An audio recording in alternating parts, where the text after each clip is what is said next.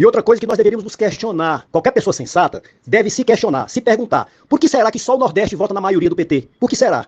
Será que é porque o Nordeste é o mais pobre? Ou o Nordeste vota no PT porque é mais pobre? Será? O que nós temos de melhor do que a região sul e sudeste? Ou o que eles têm de melhor do que nós? Por que será? Será que é porque eles são mais inteligentes do que a gente? Ou nós somos mais inteligentes do que eles? Por que será? Se façam essa pergunta. Por que vocês acham que há mais de 10, 15 anos o Nordeste vive na miséria até hoje? Essa é a realidade da nossa região, meu povo. Principalmente os estados do Maranhão e do Piauí. Por que será? Vocês acham que esse povo, o nosso povo, na sua maioria, vota no PT por quê? Porque é pobre? Ou será que nós somos pobres porque votamos no PT? Se façam essa pergunta. Essa política de pão e circo não funciona, minha gente. Enquanto eles enriquecem, nós continuamos na pobreza, na miséria. Essa é a realidade do nosso estado. Olhem ao seu redor.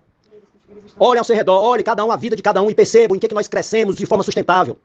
As promessas do governo do PT não são sustentáveis, só fazem espuma, bolha de sabão. Foi igual a história do FIES, um dia explodiu. Outro dia vieram me dizer, porque o filho do pobre virou médico e depois o médico virou motorista de Uber. Exatamente, no governo da Dilma virou motorista de Uber. E o FIES foi empréstimo, não foi garantia de emprego, não. Foi empréstimo para você fazer uma faculdade e você tinha que pagar logo em seguida. Seria louvável se o governo do PT tivesse criado um ambiente favorável à geração de emprego e renda. O pobre quer emprego, precisa de emprego, não é de assistencialismo, não. O pobre não precisa de peixe na boca, não. Ele precisa aprender a pescar. Pode-se até dar o peixe na boca por um determinado momento, mas ensinar a dignidade do trabalho, que é o trabalho que dignifica a gente. E não ficar dependendo de assistencialismo a vida inteira, de carro-pipa. Por que não se trouxe água no Nordeste? A transposição do Rio São Francisco, que irrigou o nosso Nordeste, nosso Piauí, parte do Ceará. Por que não fizeram isso? Tiveram mais de 12 anos para nos mantermos no cabresto eleitoral. Acordem. Tá? Em menos de 2 anos, o Bolsonaro concluiu a transposição do São Francisco. Quem começou foi o governo do PT? Foi sim, começou. Mas que adianta se não parou, não terminou? Lula alega dizendo que fez 88% da obra. Teve 8 anos de governo. A Dilma teve mais 6 anos de governo. Por que em 6 anos ele não concluiu os 12% da obra da transposição do São Francisco? Para ganhar dinheiro com licitação, com corrupção, só isso. E assim são todas as obras grandes que poderiam ser estruturantes para os nossos estados. Essa é uma realidade, essa é a evidência.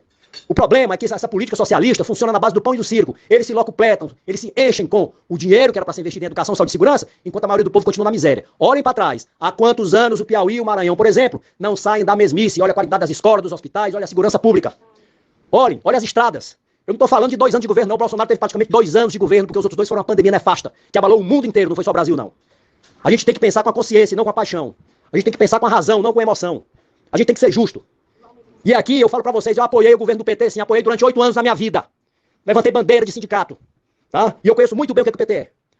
Muito bem, o que eles fazem, do que são capazes. Essa é a realidade. Acordem enquanto é tempo.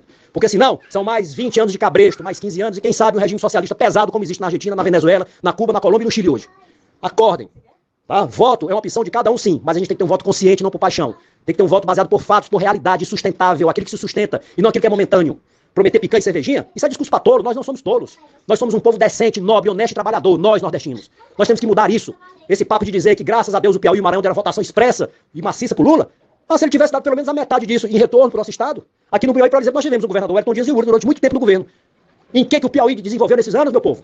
Me mostrem números, dados. Polícia que era para ter 12 mil policiais, nós temos 5 mil policiais, desde a época que o Wellington assumiu o governo. E tenho mais dados para os senhores e para as senhoras. Vamos falar de escola? Quantas escolas o governo do PT abriu aqui no estado do Piauí, escolas que funcionam e que prestem? Olha a qualidade do ensino. Olha a estrutura das nossas escolas. Quem é professor aqui sabe disso. Ignorar isso é fechar os olhos para as evidências. Pensem com a cabeça. Tá? Esse papo de dizer que as coisas estão caras no mundo inteiro. Tenham visão de mundo. A gente tem que tirar a visão do umbigo. É isso que aconteceu. Eu conheço Israel, conheço Estados Unidos, conheço a Europa. Israel, a gasolina aumentou, foi 62%. Estados Unidos aumentou 48%. Tudo aumentou no mundo por conta da pandemia, não foi por conta de um presidente, não. E tenho certeza que se o Lula fosse presidente nesse período da pandemia, o desastre aqui teria sido muito maior. Não tenho dúvidas disso. Eu tenho dados, eu tenho números. Eu trabalhei no Banco do Brasil durante 30 anos. E é por lá que as coisas circulavam e eu sei muito bem como as coisas eram feitas. Eu tenho dados. Um abraço a todos.